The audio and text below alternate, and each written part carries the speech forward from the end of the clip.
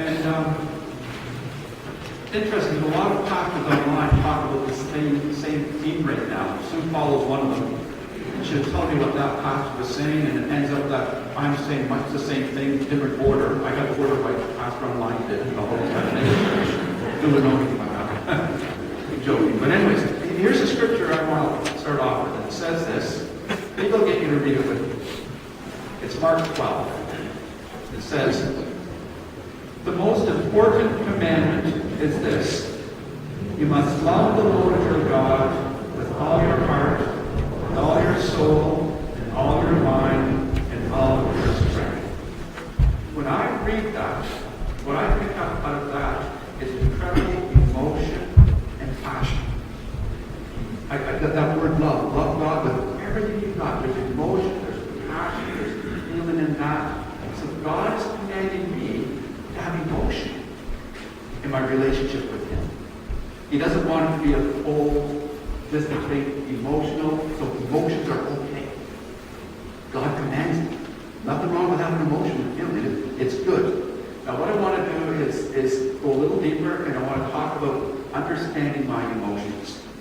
Michelle's intro, as I said a moment ago, was so helpful. So understanding my emotions. So this is the journey I'm trying to understand my emotions. And maybe for some of you, this is an emotional time too. Any changes. So understanding my emotions. The first thing to understand is that, number one, that God has emotions. Did you know that? God is a very emotional God. God has lots of emotion. You read the scriptures, you look at the story of Jesus, He's got all kinds of emotion. He's passionate, He's excited, He weeps, He grieves, He experiences loneliness on the cross. My God, why did you forsake me? He has all these emotions all over the place. And here's the cool thing about it.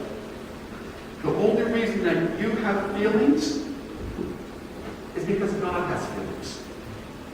It says in Genesis 1:26 that let us create man in our image. Part of being created in God's image is that we get the emotions God has. So because God is love, you're blessed with the ability to be loved, to receive love. And because God is love, you have the choice, if you want to love others. So the first point about understanding my emotions is God has emotions. And I do too, because I'm in God's image. Second thing is, my ability to feel is a gift from God.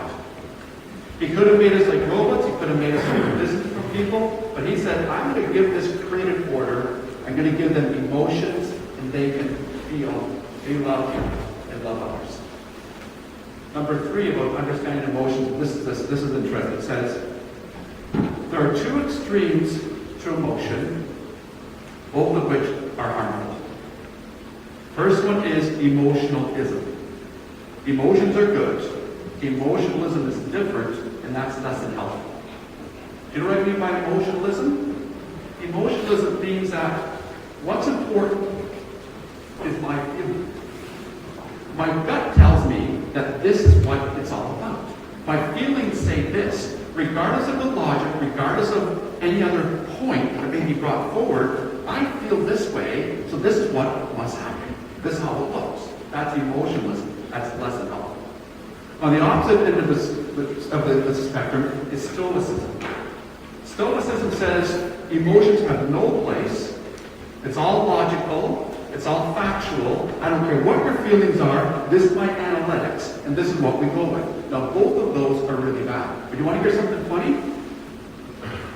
I'm going to call the people who are really emotional into emotionalism, I'm going to call them the gushers, and the Stoics are the stuffers. You've got stuffers and you've got gushers. Guess who stuffers? People who don't like emotion at all, guess who they like to marry? Gushers, they do. You can see it in people you know. And guess who the people who are really emotionalism people, guess who they like to marry? Stuffers, they do. And think about some of the extreme couples you know. You'll have a person who's very stoic, very emotional, and how come it doesn't work? I just can't figure that out. Where it comes into difficulty is when the one person legitimizes the feelings and the person does the attitudes, all that kind of stuff. But anyways, 3 points about understanding emotions and one more to remember. Do you ever have trouble with your emotions? Do you ever have anger issues? Depression issues? Loneliness? Anxiety? Any of that stuff? You know why God gave us the book of Psalms? To help us with that. Fourth point is God gave us the book of Psalms in order to understand our emotions.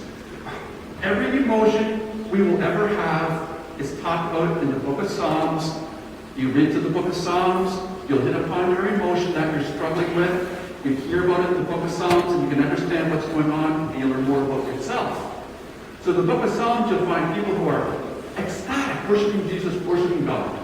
They're raptured, worshiping God. Then you'll read a bit more of the book of Psalms, you'll find a suicide note. Unbelievable. Or you'll find somebody who's anxious, or somebody who's joyful, hopeful, discouraged. It's all in the book of Psalms. So God gives us this book of Psalms to help us with our emotions. Next point in the sermon. Next point is this. I believe we have to know how to manage our emotion.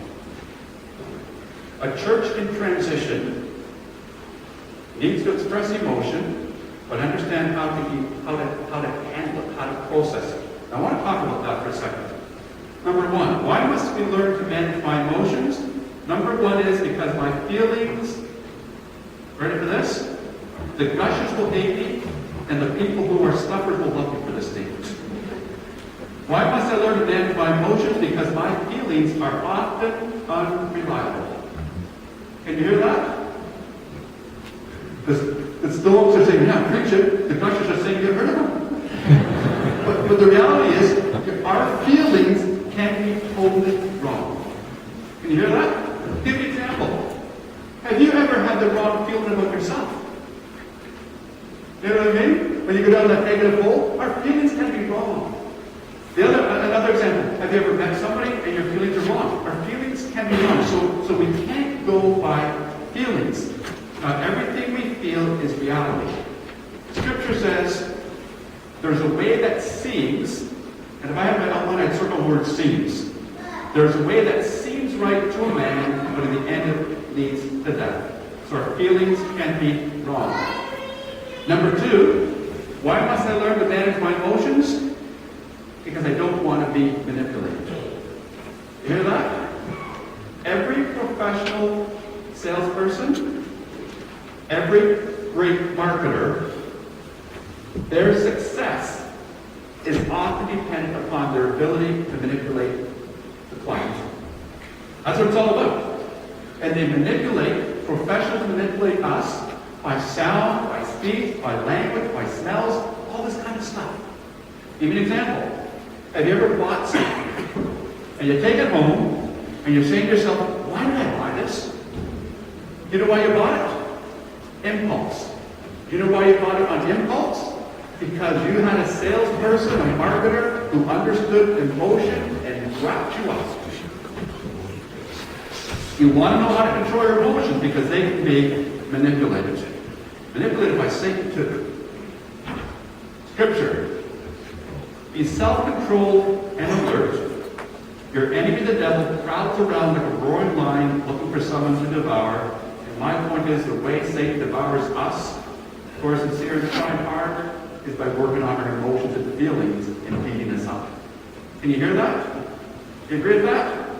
It's so true. Last one is, why do I want to manage my emotions? Because I want to please God. If I'm functioning on emotion and feelings, what is my God? Emotion and feelings. If emotion and my feelings are what I'm functioning on, then I'm not following God. I'm following feelings. We already talked about how they can be wrong. To be controlled by human nature results in death. To be controlled by the Spirit results in life and peace. Those who obey their human nature cannot please God. So, last point before we get down to practical stuff is this. Feelings are good, they're a gift from God, they're beautiful, we need to control them, or we can get ourselves in trouble, do or say silly things, get discouraged. The The question is, how do I manage an unwanted feeling? You want the answer to that one? You get unwanted feelings, how do you manage it? Really simple. You name it. You get that? You pause, you sit back, and you say to yourself, how am I feeling? It sounds really silly, but before we act, before we do, just come here to how would I describe how I'm feeling?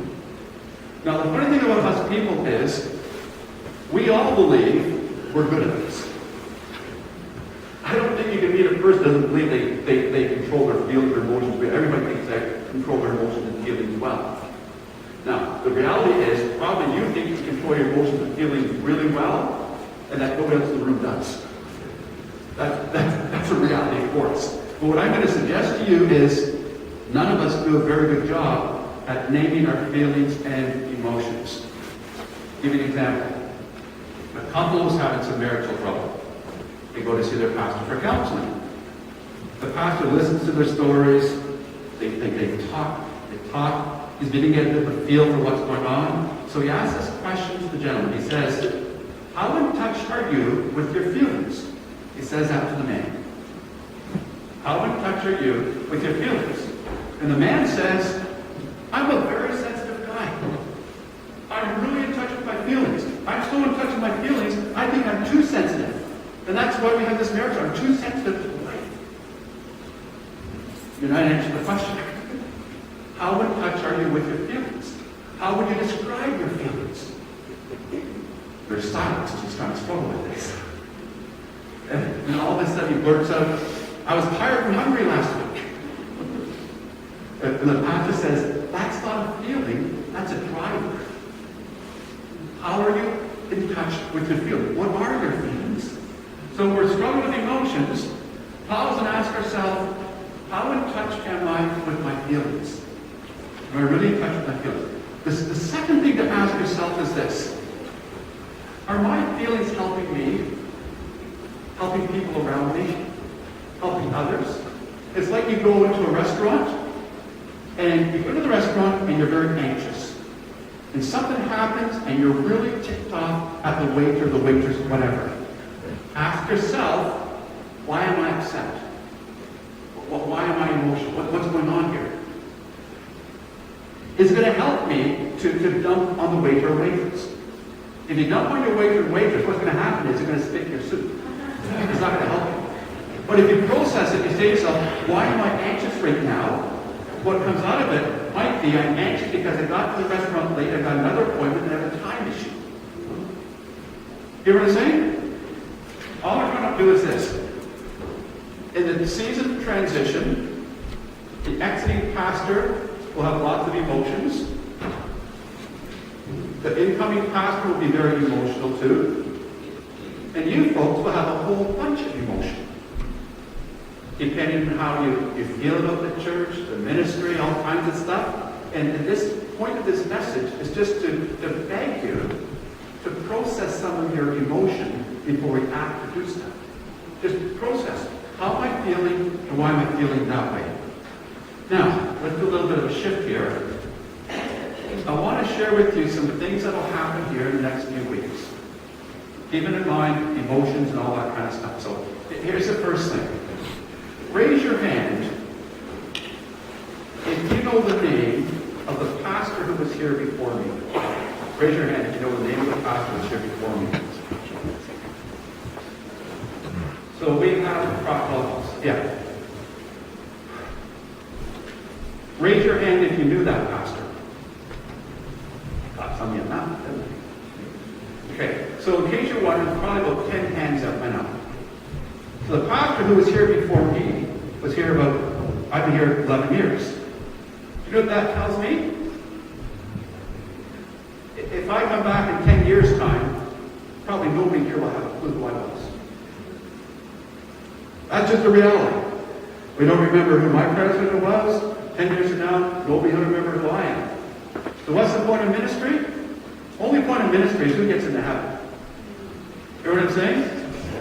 What will matter is when each of us is dead and we're in heaven and we talk to each other and say, you know, when you greeted me at church that day and encouraged me, that reminded me of God's love. But when you preach the gospel, whatever. So the point is, it's not about a pastor. It's all about the ministry of the Holy Spirit convicting people of sin and helping people get saved. What's going to happen when that comes? Same thing that happened when Greg came, my predecessor. Same thing that happened when I came. You know what happened when Greg came? When Greg came, there were some people who returned to the church who were ticked off by his predecessors. When Greg came, there were some people who left the church because they couldn't adapt to Greg's style, so they left the church. When I came, there were the people who came flooding back to the church. When I came, they were ticked off with Greg. I was here for a short period of time, and some people were ticked off with me, and they left the church. Guess what's going to happen when Matt comes? Because it does happen every time. It's going to change in pastors. It doesn't mean the pastor's good or bad. It's just people. People come, people go. That's a part of life. That's how it works. Now, when Matt comes, the same thing begins that happens for me, that happened for Greg, that happened for Archie, all the other pastors here. When Matt arrives, you start the honeymoon period. Remember, if you're married, remember your honeymoon? Nothing could go wrong on the honeymoon. You're just so in love and it's beautiful. So when Matt arrives, you've got a honeymoon period here. And the question for you is, in your marriage, how long did you want the honeymoon to go on for? Yeah. So you have a lot of influence as to how long the honeymoon goes for when Matt gets here. So what happens that a honeymoon ends when the pastor comes? Is this interesting to you? So this is what happens. One way of looking at ministry in the church with a pastor. Pastor gets settled on a church and picture it as a poker game. Now I know nobody here knows what poker is. I know you don't know what the chips are, but let's just say you do. So the pastor arrives at the church, and the pastor, because they're new and fresh and everything, they start their ministry at the church with a pile of poker chips. And then church life begins to unfold. If the pastor preaches a sermon that people like, it's as if he puts a couple of chips into the pot. The sermon's a success. The service is over. He gets his chips back plus extra chips. So it builds up his pot. You have your first crisis in the church. And depending if it's how it's handled or whatever, the pastor has chips in the pot no matter what happens, because the pastor's always responsible. If it works out well, he gets his chips back plus other chips. If it goes south, he's lost those chips. What happens, now here's an interesting piece of trivia for you. This church has had 4 pastors before me, one of which was an intentional interim, which was here for a short season, so I'm not talking about that. So the 3 pastors before me, how many were fired? Walter describes it that we pushed them all out the door. So all the pastors that were here before me, in different ways, were fired. If I last the next 14 days, I'll be the first pastor not fired again. So what happens when the pastor is fired? Somehow or other, he lost all his chips. And now he's fired. So how can the church function so that this poker game doesn't destroy the ministry and destroy the church? It's a really good question. One of the major roles of a board in a church is to protect the pastor from darts, from arrows. Hear what I'm saying? I've been blessed here that I've had boards that would take the arrows from me and not even tell me people were trying to shoot me. It's really hard to stand up here on a Sunday morning and love people if you know they're backstabbing you in the back. It's really, really hard because they're not pastors, they're human. So I've been blessed here in having boards that would circle me and take the arrows. So I'll give you examples of what that meant. When I first came here, there were some people who returned to Trinity. They were very excited about the church. But it wasn't probably about 2 years later. One of them's in a key leadership position. And I start getting phone calls from people saying, so-and-so's going around the church trying to start a camp up to get you fired, Sean, because he doesn't like your preaching. That's really awkward. So I took it to the board, and the board had a little poll talking about does my preaching work or not. They all agreed, and they were able to stand with me. And that gave me the confidence to get up here the following Sunday and try and share God's love with you. So my point is, if you want the next season to work well here, it's going to require a board that takes arrows for your pastor. You got to take the arrows and not even let the pastor know that some of those arrows are coming, because believe it or not, you may have feelings. And it's hard to continue. The honeymoon ends, or doesn't it? So, we came here 11 years ago, and I want to tell you why I have incredible optimism for this church. We arrived here 11 years ago, and it was a bit of a transition, because we were blending some Baptist-type people, AGC people, with some United Church people. There was sprinkling of Roman Catholics, Pentecostals, a whole mix. And you can't see a bigger mix than that coming together. And I remember one of the first challenges we had was around communion. How people do communion is dear to your heart. How you first did communion when you're a believer is how you always want to do that. I get it. But one of the first issues that could have blown this church apart 10 years ago, 11 years ago, was the communion issue. Strong feelings on that. And I'll always remember for me, the church worked through it. I thank the people who had such strong hearts for being tolerant of other approaches, and it was beautiful. And I always thought it was interesting. So for me, in case you're wondering, it's been 36 years since we haven't had communion the way I want it. I'm the pastor. 36 years, and I've never had communion the way I want it. Now that I'm leaving, I'll tell you how I want it. I was raised Anglican. The godly way is one cup. I say that as a joke. But I've never said that to you. And you know why? Because Jesus said that he wanted all of us to be one. And when we're dealing with issues, it wasn't important that my opinion be considered. All that matters is that we do what we have to do to be one, so we can win more people to Jesus Christ and get into heaven than my own little preferences as being honored. See the point I'm trying to make on that one? So we came here 11 years ago. It was hard. There were challenges, all kinds of stuff going on. And I remember I was here the first Sunday, and one of the elders came up to me and said, Sean, we don't have a cash flow to pay you, by the way. I thought that was interesting. I wasn't concerned. I thought it was interesting. I started in February, and then in January, before we started, soon I attended the first finance meeting upstairs in that little room. I remember sitting there like it was yesterday. I know who was there, where we were seated, all that kind of stuff. Most people left. And the big issue came around to Mary Ruth was strongly arguing, can we have a bit of money for a children's program? There was no money in the budget because we were so broke, you couldn't buy any Sunday school curriculum.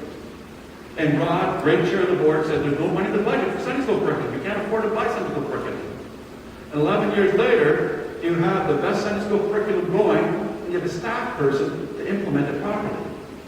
And then all this stuff has changed because you folks were willing to work, to tolerate differences, say it's not that important. What's important is getting children educated with the gospel. So you put stuff aside, which really would have been difficult. One of the things I've admired about this church is I brag about this to other pastors. Pastors will always talk about the challenge of getting the church to follow. They'll say, I come up with these great ideas as a pastor, nobody wants to do anything, nobody wants to follow. My belief of this church is, you guys have been so generous in that if the board and I came up with an idea, I truly believe that you guys would have embraced it. Anything. And you don't find that in many churches. That shows an incredible statement about your ability to trust and to move forward. Examples of that, when we were exploring building a dome here.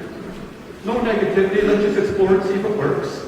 We explored doing retirement homes here. No negativity, let's just explore and see if it works. So you guys are open to so much. one of the reasons that I stepped down is because I couldn't get the church to grow over the 200 member mark, 200 worshiper mark. Like, we're called to grow the kingdom, and we're not making heavy, so that's why I'm stepping down. I was so grateful that you were willing to try the ideas that I thought we should try. So remember the season we tried 2 services. Remember how much work that was? So the worship team, double duty. People doing Sunday school, double duty. So many of you helped Sue and I do breakfast between services. But you guys were awesome. Just trying whatever had to be tried. So my point is, as a pastor, I never felt like I had to drag you screaming and kicking to try something new. Matt needs the same thing. He needs to know that when ideas come forward, he's not dragging you screaming and kicking. You're willing to give it a try and see what happens. And that leads me to my last point. It's called no sacred cows. A sacred cow means a pastor 3 pastors ago, and it doesn't matter that we ran out of the church. Pastor 3 pastors ago introduced this idea to the church, and it can never change. There is no sacred cow in this church. If for some reason Matt came and the board decided in conjunction with Matt that the vision of whatever 2 million is not the right vision, you change it. If the Stones moment is no longer fresh and working, you change it. If that's so I'm just stating that there's absolutely nothing here that is cast in stone from my perspective that can't be changed. It can all be changed. What I love about the church, what I'm going to really miss for Sue and I, this is the last thing I'm going to say today, is this. I talk to a lot of pastors, and what I think is beautiful about this church is the openness, transparency, and vulnerability of the people to talk and to share where they're at, and to get support and help. Go back to Michelle. How many churches would you go to where somebody can share from their heart what Michelle did, especially when that's her fear, and say, this is a safe church to do that. Then the last Sunday, we had Andrea share that she'd been away for a while with her drinking stuff and her problem with that church. So that's what I'm going to miss about this church. The realness, the openness, the transparency, and to me that's the Holy Spirit working. And I also love the fact that as a church, you have embraced so well the fact that it's not what happens in here, it's more what we do outside about telling people about the gospel. And then we come back and we celebrate whether success or a failure, we celebrate we tried. And I appreciate so much your words where you shared, you had 2 opportunities and you missed it. That's beautiful. The minute you said that, I'm sitting over there saying, Sean, how did you miss this week? And I'm convicted by the Holy Spirit, I missed something. So I love that about this church. There's a video that went viral recently. It talks about a young person sharing their faith. When I saw this video, I thought, this is what I love about this church. So we'll run that video now if you can find it, Angus. I've been all over the map, I know. You can tell I'm at work. I just had to pull over and share something real quick. As I'm delivering